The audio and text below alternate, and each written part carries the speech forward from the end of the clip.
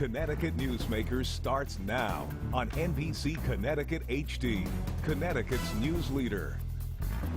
Hi, everybody. I'm Tom Monahan, and thanks so much for joining us on today's edition of Connecticut Newsmakers. We have been having a series of Meet the Candidates sessions on our morning programming, talking with people who are running for the Congress of the United States, the U.S. House, also for the U.S. Senate, and, of course, for governor. One of the Republican candidates seeking his party's nomination for Congress in the 5th Congressional District is Justin Bernier. Justin, thanks for coming in and being with us on our program. Well, thanks for having me. Nice to have you here. You're somewhat of a newcomer to politics in and of itself, right? Yeah, that's right, and I think this year that's what people are looking for, a fresh face, someone who's not going to bring a lot of political baggage with them to Washington so they can do the job. You have a congressman in there now, Chris Murphy, a Democrat who's been in there for a couple of terms. Knocked off Nancy Johnson, a longtime Republican congresswoman from that district. What are the prospects of defeating somebody like Murphy?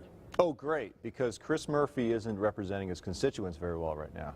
You know, he's voting with Nancy Pelosi 98% of the time, and I don't even agree with my own wife 98% of the time. He ran in 2006 as an independent-minded Democrat, and it just hasn't been the case. We saw that lately with the health care vote. And that vote is one that some people say that, okay, you know, he voted a certain way and that by November people will have forgotten her, it'll be the law of the land and will not have the kind of an impact that people now, particularly Republicans, think it might have. Do you buy that? No, I don't. The health care bill is going to be an issue for quite a while, but it's not just the health care bill. It's everything along the way. It's the cap and trade bill. It's the job bill. It's the bailouts. This is just one of the latest bills and spending programs in a long line of programs that people just don't want to see in Congress. And you take that. Let's go back to the health care bill for a bit. Even Republicans agree that there are some elements that are pretty good in that. Do you also agree with that? Yeah, we definitely need reform, and not everything in the bill is bad. There are some good intentioned parts of it, pre-existing conditions being one of them, taking care of that. But overall, the bill is not what people are asking for. They want no-cost and low-cost solutions that will bring down the price of health care and expand access to all Americans. But what this bill does really is create a trillion-dollar bureaucracy. It adds a whole lot of money onto the national debt. And at the end of the day, it's going to leave us with ration care, I believe, because it's cutting $600 billion from Medicare. What do you hear about doctors or even people who want to be doctors going into the profession? Will we see fewer and fewer of those? I think we will. Some of my best supporters are doctors, and what's sad to see is when they tell me that they're telling their children not to get into medicine. That's a really bad sign when the doctors are telling their children that.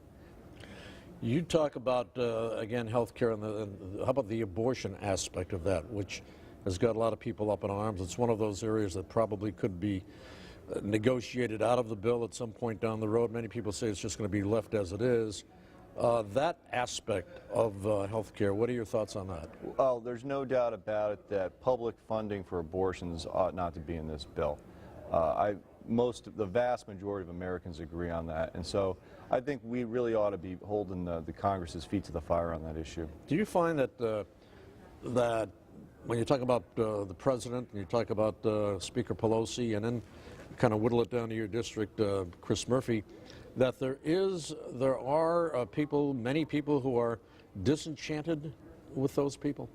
Yes, I think they're disenchanted not just with those individuals, but with the institutions as a whole. There's a feeling out there, Tom, that the American public is not being represented in Washington, that what they want to see is common sense reforms, and they've got a feeling in their pit of the stomach there, a real feeling there that the choices that the government's making today are taking us down the wrong track, and that's the path of bigger government, more spending, more borrowing, and more printing.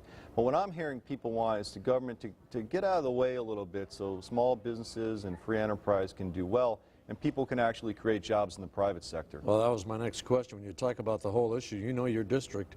In many towns, Torrington as an example, you have a city there that once flourished with manufacturing jobs. Those have left not only in Torrington and the district, but all over the state and in many parts of the country. So, you know, how do you get those jobs back? What do you do? You know, we've got some great manufacturers in this district. In Farmington, the town I was raised in, we have Trump, which is the largest laser manufacturer in all of North America. Real great high-end, high-tech manufacturing jobs. And that's what we ought to be focusing on. But to create those jobs and to keep the ones here, we're going to have to lower the cost of energy, lower the cost of health insurance, and get taxes down. And the best way to do that is to reduce spending in a reasonable way. Yeah, and I wonder also, you know, I mean, it's going to need, the state's going to have to work on that, you know, in conjunction with our representatives in Washington. State seems to be having its own problems getting bogged down, so that's another hurdle that you kind of have to overcome, do you not? Oh, it does. The state's not doing a great job right now in the business department. You know, we have one of the worst business environments in the entire United States. That's a shame because we have some of the best workers in the United States. And that's why I believe that when people are looking for a candidate today to send down to Congress, they're not looking in the same places they used to, the state legislature, the politics scene in general. They're looking for people that have experience, whether it's in military, the private sector, economics. They want that kind of candidate to send down to Washington, someone who's going to help solve problems, not just bring old problems into the situation. You know, we've been hearing about United Technologies, Pratt & Whitney, of course, being a part of UTC, and the fact that it, you know, one of its big leaders said that anywhere but Connecticut in terms of doing jobs. So, you know, I guess what I'm saying is that, you know, a lot of these jobs have not only gone to other states, but they've gone overseas. And I'm just wondering, maybe the first step is you have to get those jobs, you know, instead of sending so much work out of this country to other nations, that maybe we can keep a lot of those here. Do you have a game plan for that? Yeah, I sure do. We need to increase exports. And right now, we're punishing companies that send products overseas. And like I said, we have to reduce the cost of business in this country. We have the second highest business tax in the entire world right here in the United States. Only Japan is higher. Until we get a better business environment, we're going to be in trouble. And we need to take a look at these trade agreements to make sure that America is not being taken advantage of. A couple of minutes left on foreign affairs. You talk about, you know, our role, not only in the Middle East, Afghanistan, those nations, but also really around the world, where we're hearing things, you know, could be happening in North Korea and China and so forth. What should our role be? Well, I'm a veteran of the war in Afghanistan. My belief is that we need to have a strong America, but we also need to have a smart foreign policy. There's a balance there. And I hope right now that our leaders in the White House have the wisdom to sustain those kind of policies. Sam Caligiuri, a state senator, is probably your main opponent. You go to the convention in May. There's 300 some odd delegates.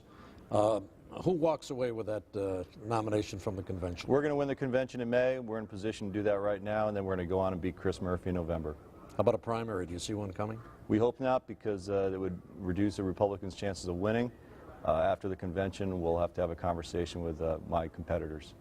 Justin, thanks so much. We'll be seeing you along the campaign trail, I'm sure, and certainly at the convention in May. Appreciate your time. Justin Bernier, one of the Republican candidates seeking his party's nomination for Congress in Connecticut's 5th District.